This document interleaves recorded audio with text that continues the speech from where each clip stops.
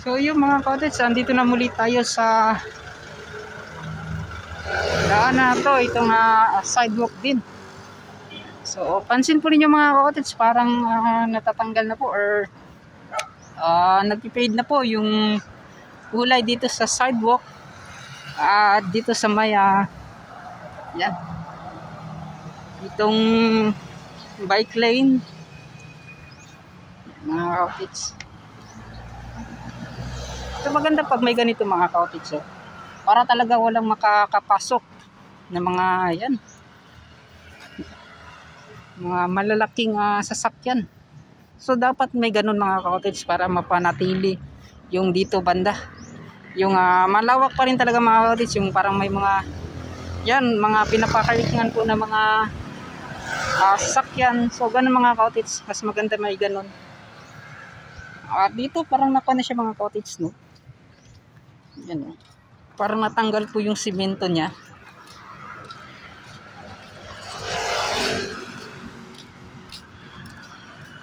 So magkukos na po yan dyan banda na yung ulan ay parang mapupundo po siya.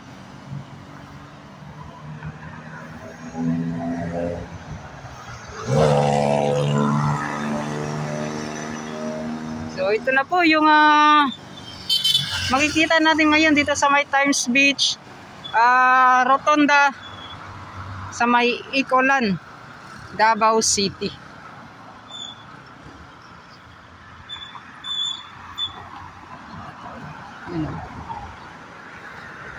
Yan nga po mga cottage, gaya ng sabi ko dati, dapat itong mga cottage yan. So may pakunting-kunti na mga cottage na yung buhangin. So medyo kapag matatakpanan siya mga cottage, yan magkukos na po yan ng barado. So sana po ay mapansin itong mga ganito mga cottage ay kung may pala lang ako mga cottage, tinanggal ko na yan. Kaso wala tayong mga tawag niyan, wala tayong kagamitan.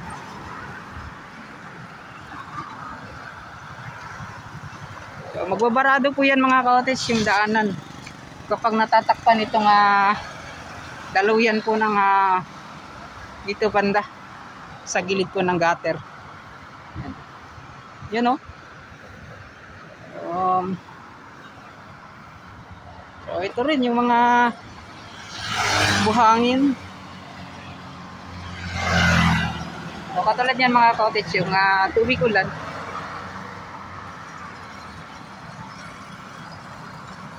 So update lang po natin yung mga cottage, hindi po yan natin sinisiraan, kundi ito lang po ay baka mapansin din. So isa rin sa dapat pagtuunan ng pansin mga cottage.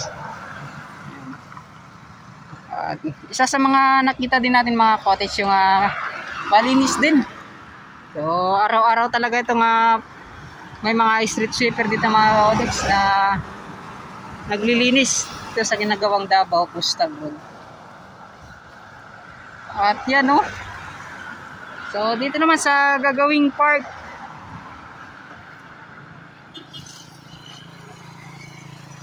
yun.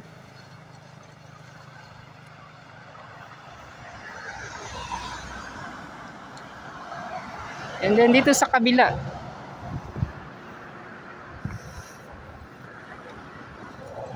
yun na. So walang mga nagtatrabaho ngayon mga cottage, siguro bukas pa yan.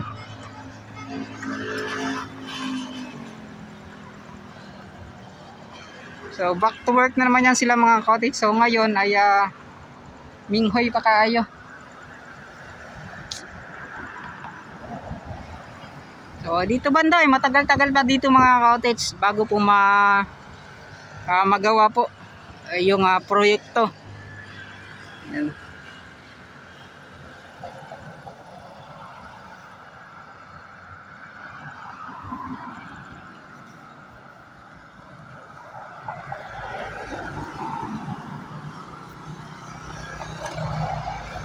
So ito.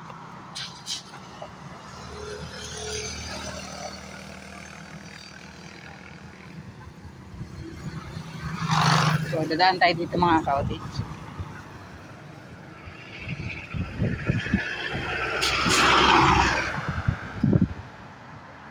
Yan.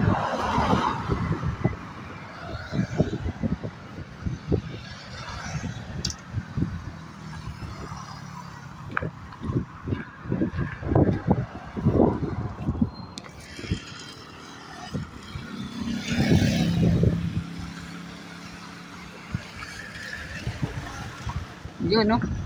So, medyo sa tingin ko mga ka-cottage, no, parang mas pinapataas pa nila yung pagtambak nila. Yun, no? Dito banda.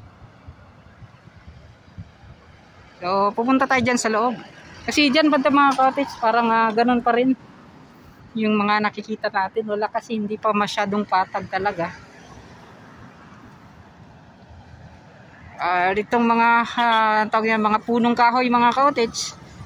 Yan. So, maganda pa rin.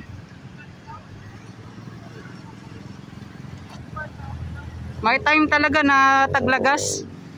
Yung mga, siguro mga 3 months na ngayon or 2 months na hindi tayo nakabalik dito. Parang time po ng taglagas yon mga cottage kasi wala pa yung mga dahon. Ngayon po ay parang tumubo na muli.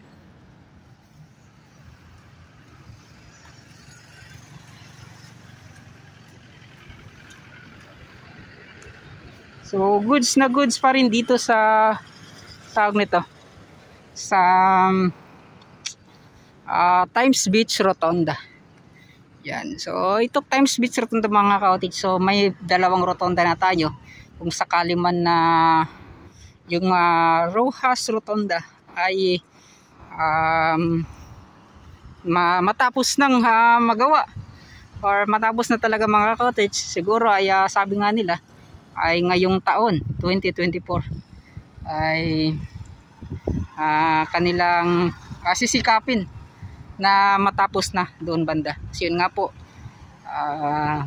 next month next year mga cottage ay 2025 na. So gaya ng sabi nila ay ito turn over itong ginagawang Davao Coastal Road na mahigit 17 kilometers ay may to turn over na po mga cottage yan, no? So maganda talaga kung may kuwan tayo yung pangpitik. May mga nagbabanking dito mga cottage. Oy, shout out. So goods sa goods dito banda. Yan. Dito naman yan hanggang doon sa Bukana Segment Karugtong mga cottage ng ginagawang Davao Coastal Road at itong Davao River Bridge. So i-confirm natin yan mamaya mga cottage. May nakita kasi tayo sa vlog ni Royal P na andun na po yung parang tarpaulin or yung karatula ba yung tawag niyan mga cottage, yung para sa proposed project. Yan. So titingnan natin yan doon banda mga cottage kung totoo ba yung mga kagamitan doon na para yun sa paggawa po ng Davao River Bridge. So itong tinatawag nilang Bukana Bridge. So ito mga pipes.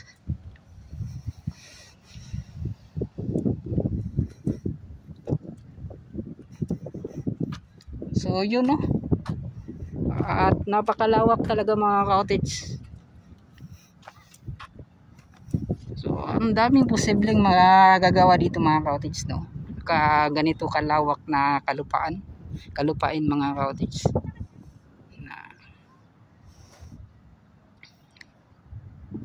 Hindi lang park, hindi lang yan.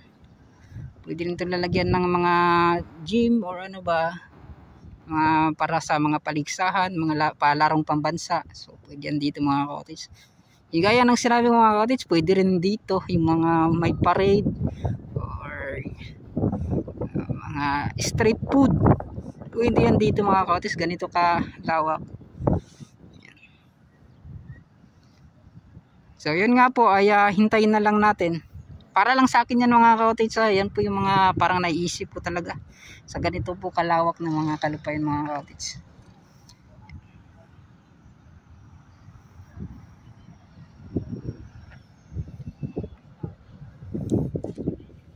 So yun.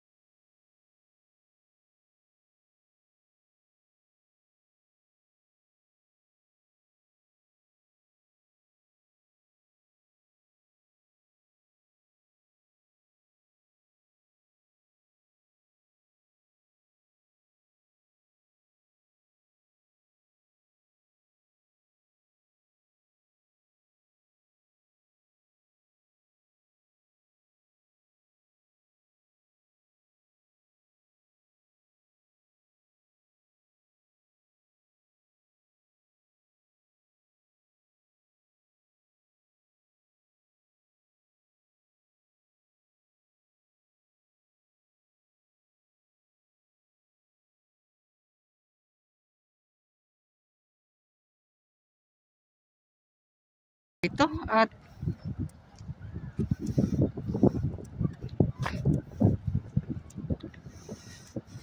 kita naman po ninyo mga cottage, ano na yung mga meron dito.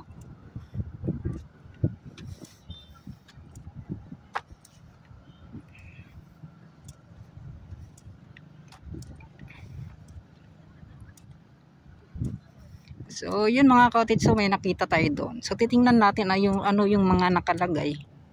Yun, so, babasahin lang natin. Ito ata yung para proposed budget para dito. Yan.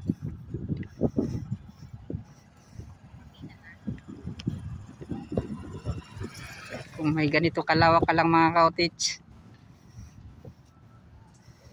Yan.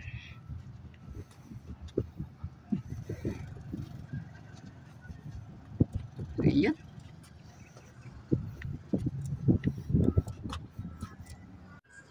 So yun mga ka-outlets, nagtanong po ko tayo kay Chief na hindi pala ito gagawin pa munang park. So ito po muna ay kanilang tawag niyan, yung mga gagamitan mga ka-outlets ba, yung dito nila ilalagay muna. So ganun pala mga ka-outlets ha. Anong tawag nga yan mga ka-outlets? Yung kalimutan ko. Yan So ito po yung mga kagamitan nila Yan so yun po yung proposed budget yung mga karatula. Pwede na kumakaran chef dire. Video na kila.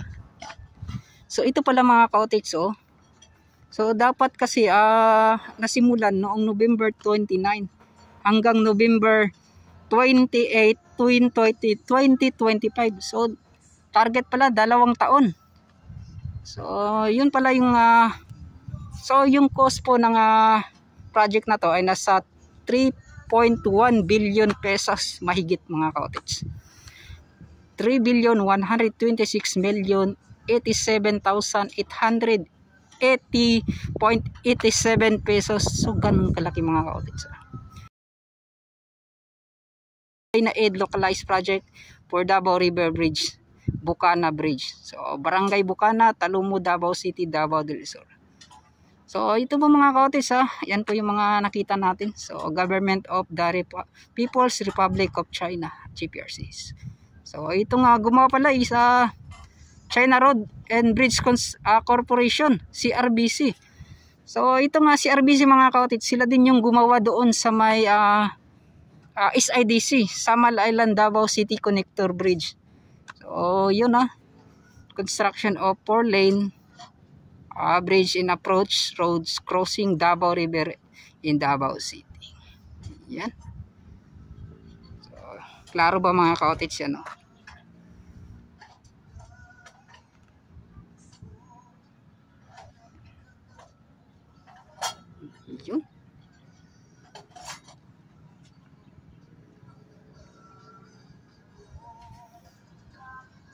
Yun. Yan mga ka-outlets yan So yan sila Chief na ating tinanungan kanina.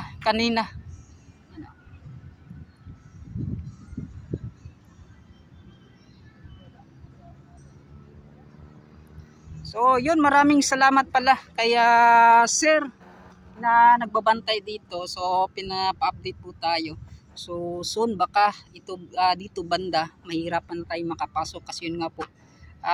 Baka dito banda ay kanila na pong sisiraduhan. Lalagyan na po yan ng mga harang para po sa tuloy-tuloy sa paggawa po ng Davao River Bridge. So yan mga ka-outlets, kita na nyo naman.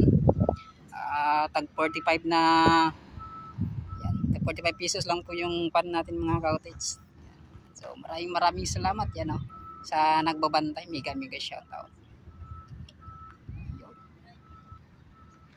So sana po tama po yung mga update natin dito. Yan. At kita naman po ninyo yung mga anong meron dito banda.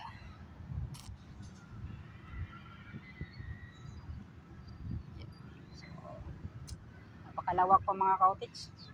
So doon banda mga ka-outlets, so tuloy-tuloy pa rin yung kanilang pagpatag, kabila.